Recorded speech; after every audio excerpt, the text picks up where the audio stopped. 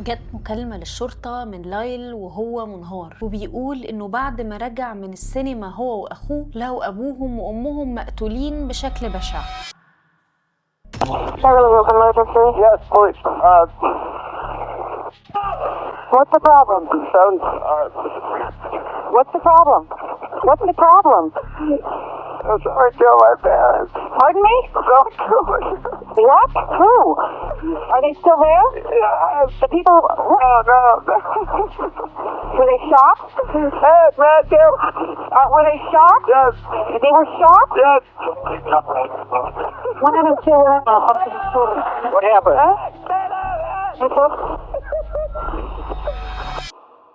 بعد ما المجرمين افتكروا انهم نجوا بجريمتهم وانهم عرفوا يرتكبوا الجريمة الكاملة، غلطة واحدة كانت سبب في ان كل حاجة تتكشف. حكاية النهاردة عن لايل وإريك، اخين متعلقين ببعض جدا، واللي حكايتهم كانت صدمة للعيلة وللبلد كلها. انا خلود عبد الرزاق، وده شيء من الخوف.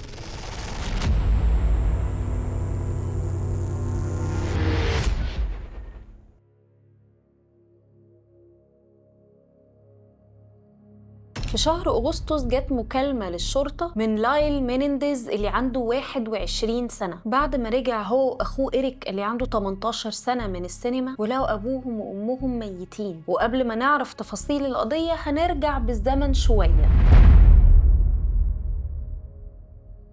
خوسيه مينينديز من سكان كوبا هافانا، لاعب كورة معروف بين صحابه. اتنقل خوسيه بعد ما بقى عنده 16 سنة مع عيلته لأمريكا، وده كان سنة 1960. كمل خوسيه دراسته في أمريكا وقدر إنه يدخل الجامعة سنة 1962 بمعدل كبير. خوسيه كان شاب طموح ومجتهد وعايز يكون مميز دايما. أثناء دراسته في الجامعة في جنوب إلينوي في كاربوندل قابل كاتي، وبسرعة الاتنين قربوا من بعض وحبوا بعض رغم الاختلافات العرقية بينهم، وإن كيتي كمان كانت أكبر منه ب3 سنين. لما اتخرجت كيتي من الجامعة خرج خوسيه هو كمان منها، واتنقلوا الاتنين سنة 1963 علشان يعيشوا في مدينة نيويورك، وكونوا أسرة صغيرة. لكن الأسرة دي كانت محتاجة دخل علشان تقدر تعيش، علشان كده خوسيه دخل كلية كاينز علشان يكمل تعليمه. أما كيتي فاشتغلت كمدرسة في مدرسة ابتدائية. اتخرج خوسيه سنة 1969 كمحاسب قانوني، وبدأ يشتغل لصالح شركة محاسبة دولية. عاشت العيلة بشكل كويس، وكان معاهم كل اللي محتاجينه من أكل وشرب وسمعة كويسة. قصة لطيفة ونهاية سعيدة، لكن في الواقع القصة ما خلصتش هنا.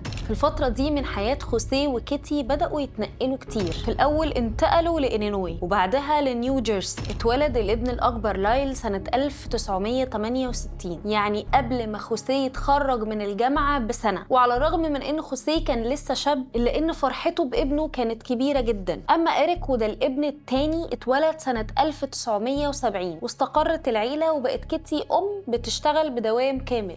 لايل وإريك نشأوا في برانستون نيو جيرسي، اتوفر ليهم كل اللي محتاجينه ما عدا الاحتواء السليم. خوسيه كان راجل نظامي بيمشي على قواعد صارمه بيربي عليها اولاده علشان يكونوا رجاله من وجهه نظره ويقدروا يكونوا في مناصب عاليه، وكان مؤمن بمنطق من زرع حصد، لكنه ما أدركش إنه بسبب شدته كان بيزرع غلط. الاتنين درسوا في مدرسة مميزة جدا، لكن مستواهم كان متوسط. ولاحظ الأساتذة إنهم مش ناضجين كفاية بالنسبة لسنهم، والاتنين عندهم مشاكل في التعلم. لكن خوسيه الصارم ما كانش بيسمع للملاحظات دي، زي إنه يدقق شوية في أسباب صعوبة استقبالهم للمعلومات وغيرها من المشاكل. كان مسيطر وصعب إن حد يرضيه، وصرامته دي كانت مسيطرة على الأسرة. حتى الأكل اللي كانوا بياكلوه كان بيتدخل فيه، وبيحاول يخلي ولاده معتمدين بشكل كامل على نفسهم ويتحملوا مسؤولية أبسط أفعالهم. لكن إريك ولايل زي باقي الأطفال ما قدروش يفهموا إن شدة أبوهم دي نبعة من حب وخوف. فقال لايل في قناة ABC إن أبوه كان شخص بيتمتع بالمكانة وبكل حاجة كويسة، وما كانش بيسمح لأي حد إنه يتدخل في طريقته في التربية أو إدارة أسرته. حتى الأم ما كانتش بتتدخل في قواعد خوسيه التربوية تربوية، وده خلى الطفلين يشكوا في حب والدتهم ليهم. إريك كان متعلق بأخوه الكبير جدا، وشدة والدهم كانت هي السبب في قوة العلاقة بينهم. قرر خوسيه إن ولاده لازم يتفوقوا في مجال الرياضة. لما كان لايل عنده 12 سنة وإريك عنده 9 سنين كانوا بيتمرنوا تنس، والاتنين هيبقوا موهوبين فيه بعد كده. بمرور الوقت كبروا الأطفال والخسائر بدأت تحاوط خوسيه وكيتي. لايل وإريك كانوا محتاجين رعاية صحية، الاتنين كانوا بيعانوا من آلام في المعدة ووجع في أسنانهم، بالإضافة أنهم كانوا بيتهتهوا في الكلام. ولما لايل بقى عنده 14 سنة كان لسه بيتبول لا إراديا وهو نايم. وصف بعض الأصدقاء إن الأخين كانوا مختلفين تماما من حيث الشخصية والصفات. كان لايل بعيد شوية وكان عنده مشاكل في التمييز بين الحقيقي والخيال، لكن عنده شخصية قوية وذكي. أما إريك كان حساس وهادي وكتوم، وعلى الرغم من ده كان مشهور بين البنات في المدرسة.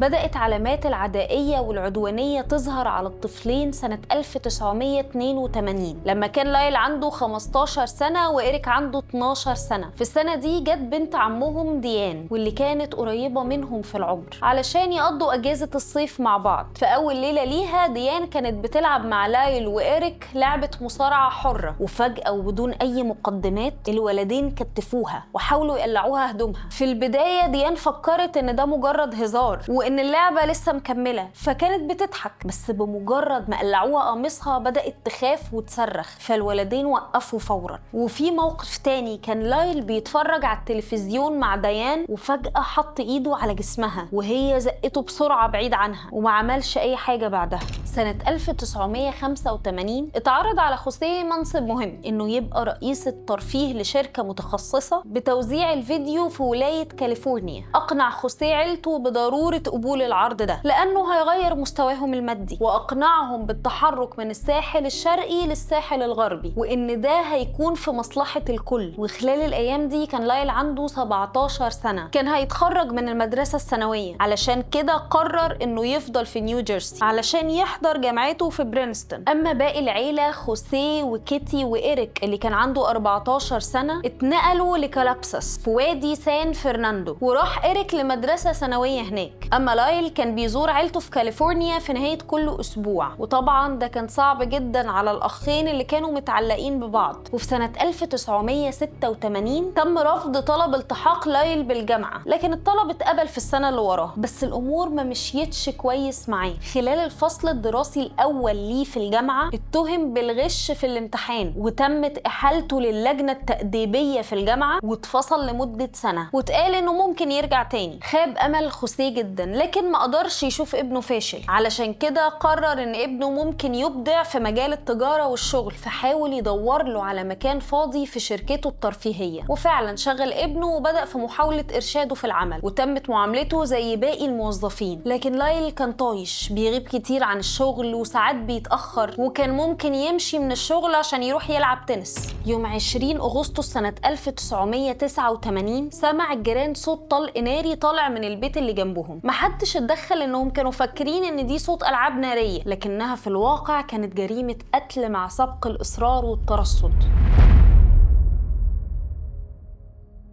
بعد ما لايل اتصل بالشرطة، الشرطة فعلا وصلت للبيت، وبعدين أخدوا الأخين مينينديز للتحقيق نظرا لكونهم الشاهد الأول للحادثة والأقرب للضحايا. أثناء التحقيق الأخين أدلوا بشهادتهم، واللي كانوا في حالة من الذهول لأن أبوهم وأمهم كانوا تعبانين بعد ما رجعوا من رحلة صيد عائلية استمرت لحد نص الليل من الليلة اللي قبلها، علشان كده قرروا يقعدوا يسترخوا في البيت. أما الأخين استأذنوا علشان يروحوا السينما مع أصحابهم، ولما رجعوا اتفاجئوا بالمنظر البشع ده. كان خوسيه وكيتي نايمين على بركة من الدم في أوضة المعيشة، خوسيه على الكنبة وكيتي مرمية على الأرض. ومن التحليل الجنائي عرفوا إن خوسيه مصاب بإصابات متفرقة، لكن اللي قتله هو طلقة في دماغه من ورا. وكيتي تبين إنها حاولت تهرب، لكن تم ضرب النار عليها على بعد حوالي 10 متر، وكان في ضرب نار في وشها، وده صعب التعرف عليها. في البداية دارت شكوك المحققين حوالين عصابات عصابات ومافيا، لأن خوسيه كان راجل غني وفي مكانة رفيعة ومعروف، وممكن يكون قتلوا حد بيكرهه. وناس تانية ظنت إن المجرمين هم مجموعة حرامية، لكن مفيش أي حاجة اتسرقت من البيت. والغريب إن القتلة خرجوا من البيت علشان يملوا البندقيات ويرجعوا مرة تانية علشان يضربوا نار على الضحايا لحد ما اتأكدوا إن الضحيتين ماتوا. بعد شهور من الحادثة وتحديدا سنة 1990 كان إريك اللي عنده 19 سنة بيروح لدكتور نفسي، وفي مرة لسانه خانه واعترف لدكتوره باللي عمله هو وأخوه، واترعب إريك من اللي قاله. علشان كده هدد الدكتور بالقتل لو قال لأي حد. لكن بعد كلام إريك مع دكتوره راحت صديقة الدكتور علشان تبلغ عن الجريمة، وتم القبض على الأخين، وبدأت سلسلة من التحقيقات والاعترافات. الخبر كان صادم لكل معارف العيلة، لأنهم وصفوا علاقة الأسرة بأنها رائعة ومتماسكة ومثالية. فإزاي ده حصل، خصوصا من شابين هاديين زي لايل وإريك؟ قبل الجريمة بكام يوم لايل وإريك اشتروا بندقيتين صيد من محل بره المنطقة خالص، واستخدموا رخص مزورة علشان محدش يتبعهم. وفي ليلة الحادثة دخل لايل وإريك الأوضة ومعاهم البنادق، وبدأوا يضربوا نار بشكل عشوائي وهستيري. خوسيه ضرب أول رصاصة في رقبته من ورا من مسافة قريبة جدا، ومات في ساعتها تقريبا وهو قاعد في مكانه. كيتي صحيت على صوت ضرب النار وحاولت تهرب وتجري ناحية الباب، لكنهم ضربوها في رجلها وفضلوا يضربوا عليها نار في دراعاتها وصدرها ووشها. بعد ما الرصاص خلص من الأخين، إريك جري على عربيتهم اللي كانت واقفة بره، جاب ذخيرة تانية ورجع للأوضة، وضربوا رصاصة الإعدام في وش كيتي علشان يتأكدوا إن هي ماتت تمام. بعد ما اتأكدوا إن هم ماتوا، الشابين عملوا سيناريو ذكي جدا علشان يبعدوا الشبهة عن نفسهم. لموا فارغ الرصاص كله من الأرض علشان الشرطة ما تعرفش نوع السلاح بسهولة، وغيروا هدومهم اللي كانت مليانة دم، ورموا الهدوم والبنادق في حتة مقطوعة على طريق سريع، واشتروا تذاكر لفيلم في السينما علشان يكون معاهم دليل يقول إنهم كانوا بره البيت وقت القتل. وبعد كده رجعوا البيت واتصلوا بالشرطة، وحصلت المكالمة اللي قلناها في أول الفيديو. محاكمة الأخين أثارت الضجة في أمريكا. أكتر من 20 مليون أمريكي اتفرجوا على البث المباشر لمحاكمتهم، وتعتبر من أكتر حالات القتل شهرة في التسعينات. أما بالنسبة للأخين بقى، فبدأ الاتنين يعترفوا بحاجات كتير برروا فيها اللي عملوه في المحكمة. قال لايل وأخوه إن أبوهم كان بيسيء معاملتهم، وإنهم عاشوا تحت خوف وضغط بسببه، وكمان قالوا بإن أبوهم كان بيتحرش بيهم جنسيا. إريك صرح بإنه عانى من سوء المعاملة لسنين كتير، وإن أبوهم هددهم بالقتل لو قالوا أي حاجة عن سر العيلة، وشهدوا بإن أمهم كانت عارفة اللي أبوهم بيعملوا فيهم لكنها ما عملتش أي حاجة، رغم إن كان المفروض إن هي تحميهم. قال لايل: مع تقدمك في السن كل الأسرار الصعبة والتجارب المؤلمة بتتقفل، وإنت اللي بتقفلها وبتخليها بعيد عنك، عشان دي الطريقة الوحيدة اللي هتخليك عايش. وكان يقصد بالأسرار تجربته الموجعة زي ما بيدعي. وكمل كلامه عن التجربة دي وقال إنها كانت صعبة ومربكة. وقال لايل عن علاقته بأخوه: أنا الأخ الأكبر، عشان كده لقيت نفسي بحاول أحميه شوية من اللي كان بيعانيه في طفولته، وعلشان أقدر أخليه عايش، بس اكتشفت للأسف إني ما قدرتش أحميه أو أنقذه. وقال لايل: أنا فكرت إننا نجينا نوعا ما من اللي حصل لنا في طفولتنا، ولكن اتضح لي إن ده ما كانش صح.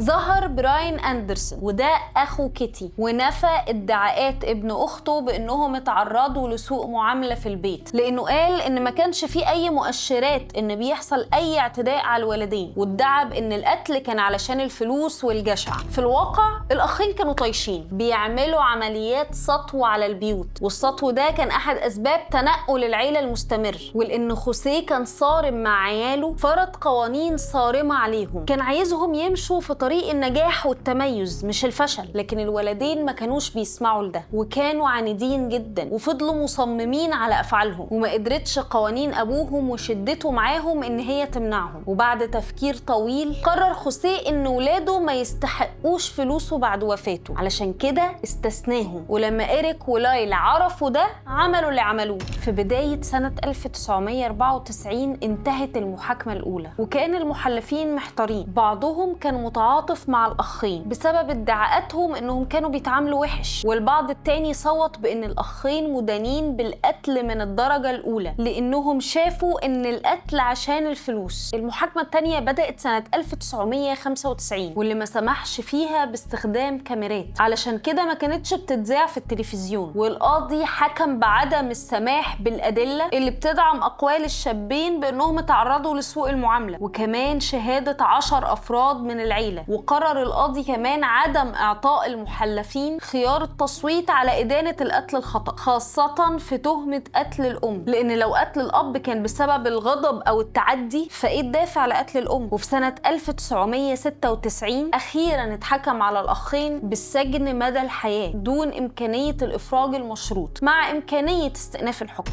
عبر لايل عن مشاعره وقال إن هم كبير انزاح عن كتفه بعد كلامه عن عيلته، وإنه بقى مختلف ودلوقتي بقى راجل كبير عنده 49 سنة، وده تقريبا كان سن أبوه لما قتله. أما بالنسبة لإيريك اللي بقى عنده 46 سنة رفض جميع طلبات إجراء مقابلة معاه، لكن في مرة شرح في مقابلة سنة 1996 إنه ندمان جدا على اللي عمله، وإنه نفسه الوقت يرجع بيه للحظة دي. كل واحد من الأخين اتبعت لسجن مختلف بعد إدانتهم، ومحدش فيهم شاف التاني من اليوم ده، كانوا بيتواصلوا بالرسايل بس. وقال لايل عن أخوه: كنت بفكر إيه اللي ممكن يحصله لما ينفصل عني والدنيا هتمشي معاه إزاي، لكن مدهش جدا إني أشوفه إزاي كبر وتجاوز الظروف دي وبقى راجل عطوف. أنا فخور بيه. إيريك كان بيشتغل مع المرضى والمصابين عضليا وذوي الإعاقات الجسدية في السجن في ولاية بليزنت فالي، عشان كده لايل وصفه بالعطف. سنة 1999 اتجوز إيريك من تامي مينينديز اللي كانت بتتواصل مع إيريك من أول محاكمته الأولى، ومتوقعتش أبدا إن العلاقة هتوصل لهنا. تامي كانت بتشرح لإيريك اللي بتواجهه في حياتها من صعوبات ومشاكل، وحصل تجاذب بينهم، وبادر إيريك واقترح على تامي الجواز ووافقت، وكانت بتروح له يومين في الأسبوع وبتسوق 150 ميل من غير ما تزهق علشان تزور جوزها في السجن وتتعرف عليه أكتر، وسمحت له إنه يتعرف على بنتها من جوزها الأول. ولسه تامي مستمرة معاه لحد النهاردة، ومؤخرا أصدرت كتاب بيتكلم عن علاقتها هي وجوزها. الكتاب كان اسمه They Said We've Never Make It، وكأنها بتتحدى كل اللي بينتقد علاقتها وبيدعي إنها مش هتستمر. أما لايل فاتجوز أول مرة سنة 1996 من عارضة الأزياء أنا إريكسون، يعني قبل اليوم اللي اتحكم فيه بالسجن عليه مدى الحياة، لكنهم انفصلوا سنة 2001. واتجوز مرة تانية من ريبيكا سنيد سنة 2003، وهي كمان لسه مكملة معاه لحد النهاردة. ومفيش تفاصيل أو معلومات عن إزاي يتقابلوا، ومحدش من الأخين لسه عنده أطفال من صلبه، لأن بموجب قانون ولاية كاليفورنيا الزيارات الزوجية بتكون ممنوعة للي اتحكم عليهم بالسجن مدى الحياة. وبسبب ده لايل قال: أخيرا أنا في سلام مع حياتي، أنا في سلام معاها لأني قبلت نوعا ما حقيقة إنه عادي إننا ما نفهمش القدر.